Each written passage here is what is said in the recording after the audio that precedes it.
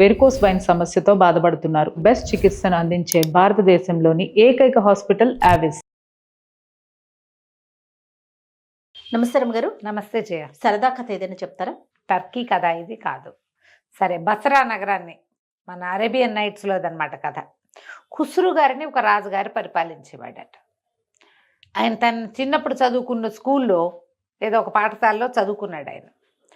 ఎవరైనా అనాథ పిల్లలు వాళ్ళు తన తర్వాత స్కూల్లో జూనియర్లు, నేను కూడా అదే స్కూల్లో చదువుకున్నానండి, నాకెవరు లేరు సహాయం చేయండి అని వస్తే వాళ్ళకి సహాయాలు చేసేవాడు.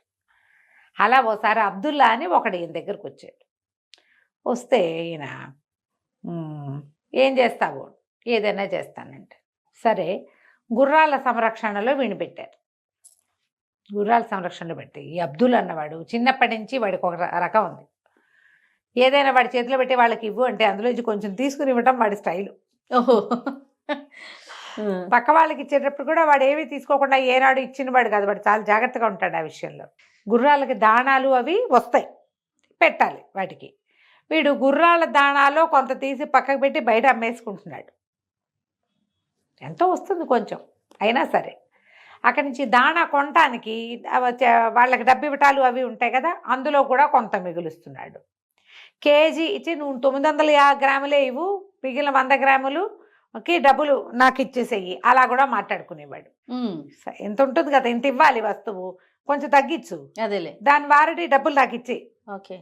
ఇది ఎలాగో ఖుస్రు గారికి తెలిసిపోయింది. ఇది ఇప్పుడు ఒకటి చేస్తున్నాడు అనుకో, చుట్టుపక్కల వాళ్ళు చూస్తుంటారా, ఏదో సందర్భంలో ఎవరికో చెప్తారు వాళ్ళు, అమ్మవాడు భలే మిగుల్చుకుంటాడని. అట్టించి అటు ఇటు అందరికీ తెలిసిపోతుంది. అక్కడి నుంచి ఏం చేశారు ఈయన, ఇది లాభం లేదని వీడిని ఇంకో చోట పెట్టాలి. ఇప్పుడు ఆయన ఉద్యోగంలో పెట్టుకున్నాడు.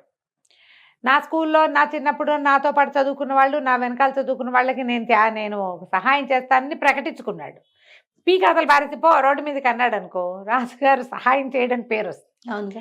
అందుకని ఆయన ఏం చేశాడు, ఇలా కాదని 100 మంది సైనికులకి జీతం ఇచ్చి రసీదులు తీసుకురావాలి. 100 మంది, ఇప్పుడు మన వాలంటీర్లు ఇలా వీళ్ళు ఉన్నారుగా, వీళ్ళు పోయి డబ్బులు ఇస్తారు, వాడు రసీదు ఇస్తాడు, తీసుకురావాలి. దానికి పెట్టాడు. వీడు 100 మంది సైనికుల దగ్గర నుంచి తలా 3 కానీలు 5 కానీలు, నీ జీతం అంతా నీకు తెచ్చిస్తా, ఏదన్నా ఇవ్వు నాకు అని తీసుకునేవాడు. వాళ్ళు ఇచ్చారని వీళ్ళకి చెప్పేవాడు, వాళ్ళందరూ ఇస్తున్నారు నువ్వెందుకు ఇవ్వవు అని ఇంకోటి దగ్గర నుంచి తెచ్చేవాడు. 100 మంది దగ్గర నుంచి తలా ఒక 3 కానీలు వస్తే 300 కానీలు, ఏం తక్కువ అది మరి. కొన్ని రోజులు గడిచింది. ఈ కానీలు ఇస్తే కానీ జీతం ఇవ్వడు, 3 రోజులు తిప్పించుకుంటాడు, వాడికి డబ్బులు అవసరం వస్తుంది. 3 కానీలు వీటి చేతిలో పెడితే మన డబ్బులు మనకు వస్తాయి, ఇలా భావించి ఇచ్చేస్తారు జనం.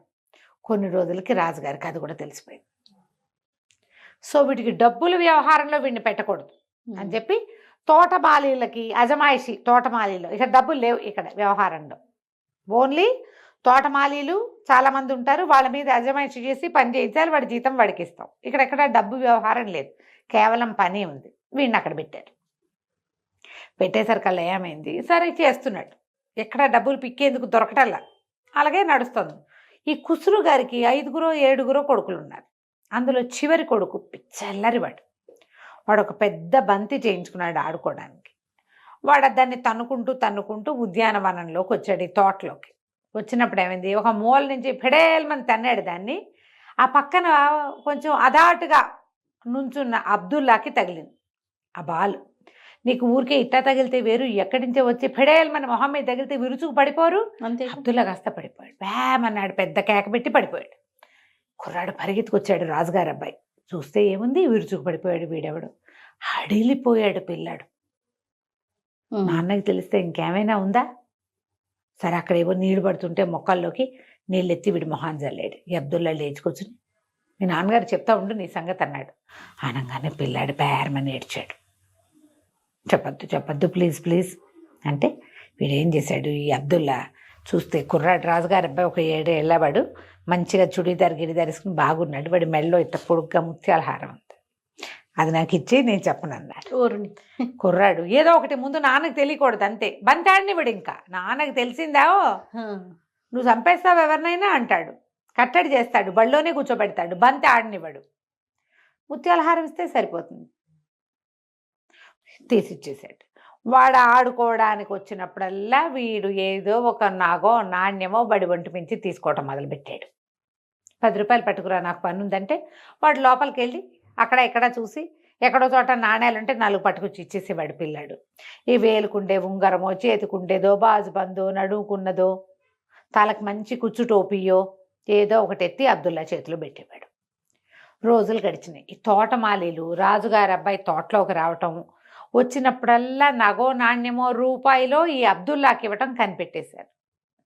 కనిపెట్టేసి ఓ రోజు అబ్దుల్లాతో అన్నారు, నువ్వు దుర్మార్గుడివి, రాజుగారి అబ్బాయి దగ్గర నుంచి అన్నీ నగలు కొట్టేస్తున్నావు, మేము రాజుగారితో చెప్తామన్నారు. అనేసరికల్ అబ్దుల్లా బెదిరే రకం కాదు, వాడు చాలా గట్టి ఘటం, మామూలు వాడు కాదు. వాడు అన్నాడు, నేను చెప్తాను, రాజుగారి అబ్బాయి నాకు ఇచ్చే నగ నాణ్యాల్లో వాటాలు అడుగుతున్నారు మీరని చెప్తా. శభాష్. వీడు కంగారు పడ్డారు. ఇప్పుడు వీడి మీద మనం రిపోర్ట్ చేయబోయి వాడే మన మీద రిపోర్ట్ చేసేలాగా, వాడు లంచగొండ అయితే మమ్మల్ని కూడా లంచగొండని చేస్తాడు. బతులు అడుగుతున్నారు, బాబు నీకు పుణ్యం ఉంటుందిరా నాయన, చెప్పద్దురా అట్లా ఏం చెప్పద్దు, నువ్వేం మాట్లాడద్దు. ఎందుకంటే రాజుగారు వీడు అబ్దుల్లా పూర్వాశ్రమంలో పెద్ద స్కూల్లో ఆయన 10th క్లాస్ నుండి వీడు 1వ క్లాస్లో ఉన్నారు. ఆ స్కూల్లో సీనియర్ జూనియర్ ఫ్రెండ్షిప్ ఉంది వాళ్ళ మధ్య. మనకేముంది ఫ్రెండ్షిప్, మన కొట్టి రాజుగారు తోటమాలి, ఇంకేం లేవు ఇక్కడ. బాగా బతిమలాడారు. బతిమలాడితే ఈయన అన్నాడు, అబ్దుల్లా వాడే అక్కడ కూడా ఊరుకోలే, తలా ఒక 4 కానీలు ఇస్తానంటే ఓకే, లేకపోతే మీ పేరు చెప్పేది అన్నాడు. అనగానే అందరు అన్నారు, బాబు మాకు వచ్చే జీతం రాగానే 4 కానీలు నీకు సమర్పించుకుంటాం, నువ్వు మాత్రం మా గురించి ఏం చెప్పద్దు, నువ్వు తీసుకోమా అనుకుంటే మానుకో, నువ్వు అఘటన సమర్థుడివి, మాకంత లేదు అని ప్రతి నెల వాడికి కానీలు ఇచ్చేవాడు. అమ్మయ్య దొరికింది డబ్బని వాడు ఆ కానీలు జాగ్రత్త పెట్టుకునేవాడు. అయితే ఏమైంది, రోజులు గడిచాయి కానీ రాణి గారికి పిల్లాడి ఒంటి మించి వస్తువులు మాయమైపోతున్నాయనే సంగతి తెలిసింది. ప్రతి పిల్లాడికి ఓ పెట్టే, ఒక అల్మారు ఏవో ఉంటాయి. అల్మార్లో వస్తువులు, పెట్లో వస్తువులు తరిగిపోతుంటే తెలీదు మరి. పిల్లాడిని అన్ని పొద్దున్నే స్నానం చేయించి అన్నీ అలంకరిస్తారు. సాయంత్రం మళ్ళీ స్నానం చేయించేటప్పుడు ఒకటి లేదు. ఇన్ని ఒకట్లు కలిసి కొన్నాళ్ళకి అన్ని ఒకట్లు కలిపితే ఎన్నగును 11, 16 అవుతాయి అవి. ఆవిడకి డౌట్ వచ్చింది. వచ్చి పిల్లాడిని, ఎరా ఎక్కడ ఆడుతున్నావు, ఇట్లా వస్తువులు పారేస్తున్నావు అని కేకలేస్తే వాడు బిక్కమొహం వేశాడు. ఆవిడకి డౌట్ వచ్చింది, ఇది కాదు, పోవటం కాదు, ఏదో జరుగుతోందని వాడి మీద గట్టి పహరా పెట్టి వాడు అబ్దుల్లాకి ఇస్తున్నాడని కనిపెట్టేసింది ఆవిడ. అబ్దుల్లాకి ఎందుకు ఇస్తున్నాడు అనే విషయం కూడా తెలుసుకుని తీసుకెళ్ళి ఖుస్రు గారికి అప్పచెప్పింది. నువ్వు వాడిని తీసుకెళ్ళి అక్కడ పెట్టావు, వాడేమో పిల్లాడిని బెదిరించి వస్తువులన్నీ లాగేస్తున్నాడు అని కేకలేస్తారు కదా. ఆయన అబ్దుల్లాని పిలిచాడు. ఒప్పుకున్నాడు. ఒప్పుకోగానే రాజుగారిని, నువ్వు చాలా దుర్మార్గుడివి, నేను 3 చోట్లకు మార్చా, నువ్వు 3 చోట్ల ఇదే చేసావు, నీకు ఉద్యోగం లేదు, వెళ్ళిపో, ఇక నేను నీకు ఉద్యోగం ఇవ్వను, నువ్వు మా అబ్బాయినే బెదిరిస్తావుగా అని కేకలేశారు. ఉద్యోగం పోయింది. కానీ ఇప్పటిదాకా వీడు ఎన్ని కానీలో సంపాదించాడు, ఎంత బంగారమో సంపాదించాడు, వాడు ఉద్యోగం చేయవలసిన అవసరం లేదు. అయితే వాడేం చేశాడు, తోచట్లా, పని పాట లేదు, ఏదన్నా చెయ్యాలని ఏవో 4-5 నోట్బుక్లు లాంటివి తెచ్చుకుని కోట వాకిట్లో కూర్చునేవాడు. కూర్చుని 3 వెళ్ళారు, 2 వచ్చారు, అక్కడ అది అయింది, ఇక్కడ ఇది అయిందని రాసుకునేవాడు. ఊరికే జనాలంతా అబ్దుల్లాకి పిచ్చెత్తింది ఉద్యోగం పోయేసరికి అని చెప్పుకునేవాళ్ళు. కానీ వాడు ఎంత ఖచ్చితంగా రాసేవాడంటే, ఎన్ని గుర్రాలు లోపలికి వెళ్ళాయి, 11 గుర్రాలు లోపలికి వెళ్ళాయి, 3 గుర్రాలే బయటకు వచ్చాయి, అది కూడా రాసేవాడు. జనాలు ఎవరన్నా వచ్చారా వెళ్ళారా అనేది అబ్దుల్లాని అడిగితే తెలిసిపోతుంది అనే దశకు వచ్చారు. అయితే ఏమైంది, ఒకనాటి రాత్రి శబ్దాలేవో వినపడ్డాయి. అక్కడ ఆ పూట ఏదో మంచి సందడిగా ఉంది, ఊళ్ళో ఏదో ఫంక్షన్లు జరుగుతున్నాయి. ఫంక్షన్ల వివరాలు రాసుకుంటూ మధ్యలో గుభేల్మని ఏదో శబ్దం వచ్చింది. అవి 3 సార్లు వినపడింది. 3 గుభేళ్ళు అని రాసుకున్నాడు, సమయం రాశాడు. మర్నాడు పొద్దున తెలుసుకున్నారు, ఏంటి, ఖజానాలో దొంగలు పడ్డారు. ఊళ్ళో ఫంక్షన్ అయింది, ఆ ఊళ్ళో జరుగుతున్నటువంటి మేళా అలాంటిది ఏదో జరిగింది, ఎగ్జిబిషన్లు అవి ఇవి జరిగినాయి. రాచనగర్లోకి లోపలికి చాలామంది జనం తిరిగారు, అవన్నీ రాయబడే ఉన్నాయి. ఇందులో కొన్ని పర్మిషన్ తీసుకుని వచ్చిన వాళ్ళు, కొంతమంది పర్మిషన్ తీసుకోకుండా వచ్చిన వాళ్ళు, వాళ్ళల్లో దొంగలు ఎవరో జ్వరపడ్డారు. జ్వరపడి ఈ రాజుగారి ఫ్యామిలీ అంతా కూడా ఊళ్ళో జరుగుతున్న మేళాకి తిరుగుతూనే ఉన్నారు. పై ఊళ్ళ నుంచి వచ్చిన వాళ్ళు నగర్లోకి వచ్చారు, కోటలోకి కూడా వచ్చారు. దొంగతనం జరిగింది. జరిగేసరికి తీరా లెక్క పెట్టి చూస్తే మామూలు కాదు, ఈజీగా 3 పెట్టెల బంగారపు వస్తువులు పోయినాయి. ఎవరొచ్చారు, ఎవరు వెళ్ళారు, ఏం జరిగింది అంటే, ఏదో వచ్చిన వాళ్ళు పర్మిషన్ తీసుకొని అవన్నీ కనపడుతున్నాయి. కనపడుతుంటే సైనికుల్లో ఒకడు అన్నాడు, ప్రభు మన హుజూర్ ఇక్కడ వాకిట్లో కోటకోడ దగ్గర అబ్దుల్లా రాసుకుంటాడు.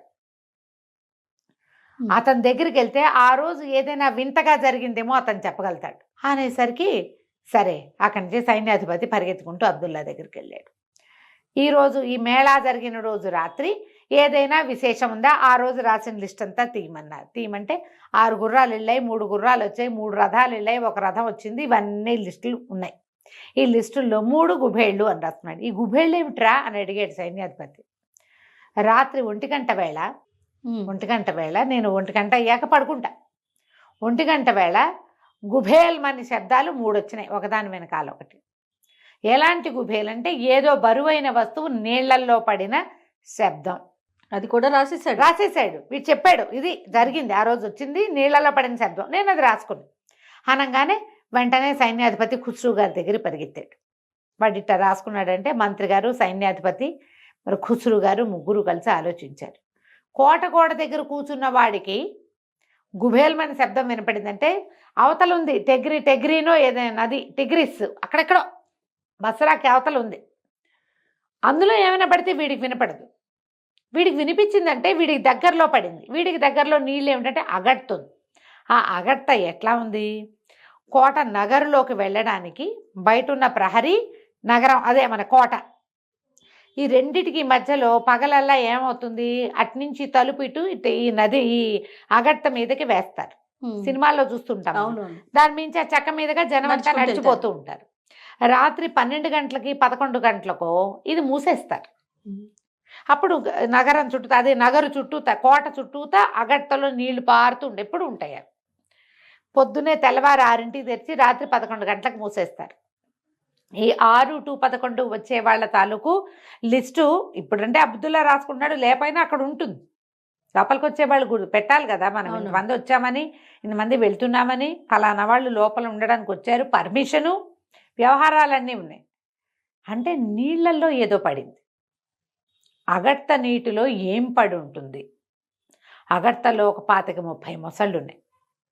ముందేం చేశారు, మొసళ్ళన్నీ పట్టేసి అగట్టలో దిగి ఈది చూస్తే 3 పెట్టెల్లో బంగారం దొరికింది. ఏం జరిగింది ఆ రోజు?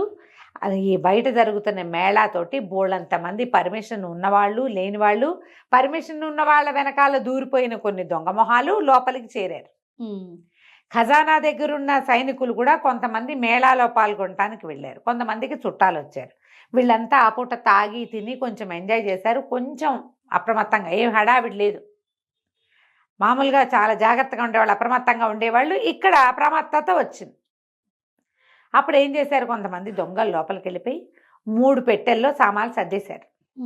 ఈ సద్దుడు వ్యవహారం అయ్యేసరికల్లా 11 దాటిపోయింది, తలుపేయబడింది. జనాలతో పాటు బయటికి చేరిపోదామనుకున్నారు, అది కుదరలా. అందుకని ఏం చేశారు, అగట్టలో పడేసి పెట్టుకుంటే ఎప్పుడో అవకాశం ఉన్నప్పుడు ఆ పెట్టెలు లాక్కోవచ్చు. ఎవరు అగట్టలో దిగి వెతుకుతారు? అనుమానం రాదు కదా. కాకపోతే వాళ్ళ నీళ్ళల్లో పడేసినప్పుడు పెద్ద పెట్టెని 4వ అంతస్తు నుంచి కింద ఉన్న నీటిలో వేస్తే గుబేల్మని శబ్దం రాదు. ఆ గుబేల్ శబ్దం వీడు రాసేసాడు. ఆ శబ్దంతో వీడని పట్టేశారు. అది పట్టుకున్నారు. ఇక దొంగలు దొరక్కపోయినా వస్తువు మొత్తం పూచిక పుల్లతో సహా దొరికిపోయింది మొత్తం. ఎందుకంటే ఈ లోపల ఉన్న వాళ్ళు చల్లగా పడుకున్నారు దొంగలు, తెల్లవారి కామ్గా లేచి వెళ్ళిపోయారు. తర్వాత ఎప్పుడో తీసుకుందాం అనుకున్నారు, అప్పటికి అవకాశం దొరకల.